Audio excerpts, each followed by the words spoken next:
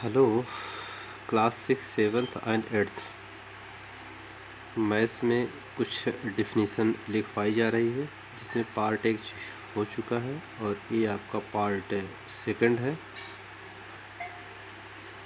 उसमें कुछ डिफिनीसन लिखवाई गई है और इसमें आज आपको डिफिनीसन रेशनल नंबर और इरेशनल नंबर के बताई जाएगी। आप यूट्यूब पे जा कर के Aryan classes 6th to 12th search करिएगा, आपको वहाँ पे सब वीडियोज़ मिल जाएंगे। आप इस नंबर पे संपर्क भी कर सकते हैं।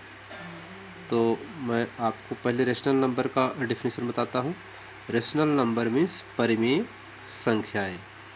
तो रेशनल नंबर्स मतलब परिमेय संख्याएं किसे कहते हैं? तो a number which is written as p upon q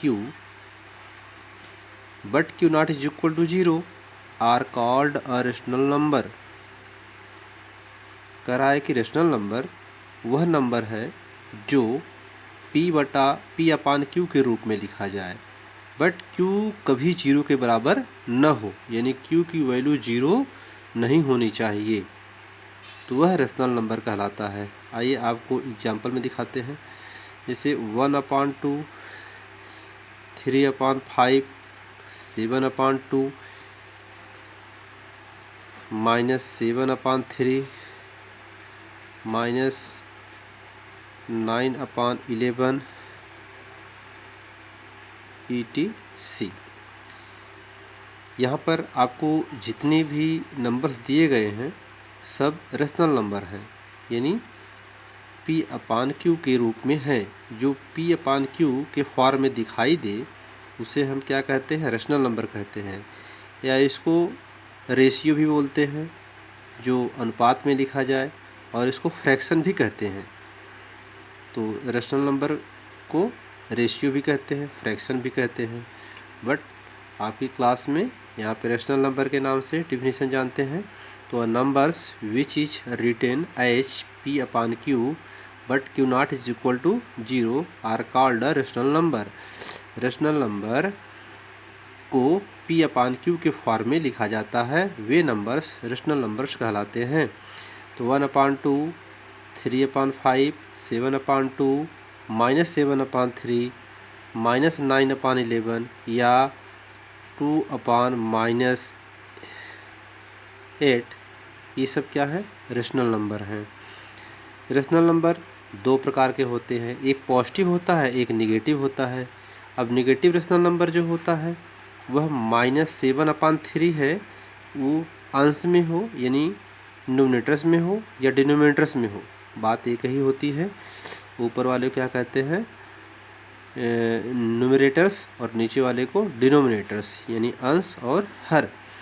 तो इसमें अगर इसको हम लिखें 7/-3 या -7/3 तब भी ये कौन सा है? नेगेटिव रेशनल नंबर है।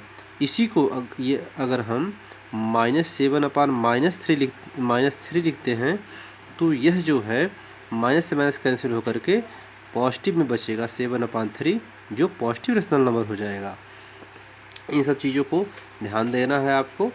रेशनल नंबर कौन सा है, पॉजिटिव या नेगेटिव, इसमें घबराने की बात नहीं है। माइनस ऊपर हो या नीचे, यानी न्यूमरेटर्स में हो या डिनोमिनेटर्स में हो, कहीं भी हो वह नेगेटिव रेशनल नंबर होगा। अगर दोनों सेम साइन है, वो चाहे प्लस में हो चाहे माइनस में हो, तो वो रेशनल नंबर हमेशा पॉजिटिव में ही आता है।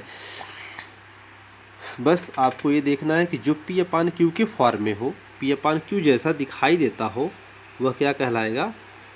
रेशनल नंबर कहलाएगा। ये डिफिनीसन है, सिंपल सी डिफिनीसन है, इसको आप लर्न कर लीजिएगा और इसको आप समझ लीजिएगा। तो p अपान q के फॉर्म में दिखाई देने वाला रेशनल नंबर होता है q not is equal to 0। q की वैल्यू कभी 0 नहीं होनी चाहिए। यदि 1/0 करते हैं या 3/0 करते हैं तो 0 से किसी भी संख्या में भाग देने पर, उसका डिवाइड करने पर उसकी वैल्यू इनफाइनाइट आती है, अनंत आती है। तो इसलिए 0 इसकी वैल्यू नहीं हो सकती है। इसके बाद दूसरा नंबर है आपका irrational number. What is the irrational number? जो इसे कहते हैं अपरिमेय संख्या। इसको कहते हैं परिमेय संख्या, अपरिमेय संख्या। अपरिमेय संख्या क्या होती है? पहले डेफिनेशन देख लेते हैं। An irrational number that can not be written as p upon q are called a irrational numbers.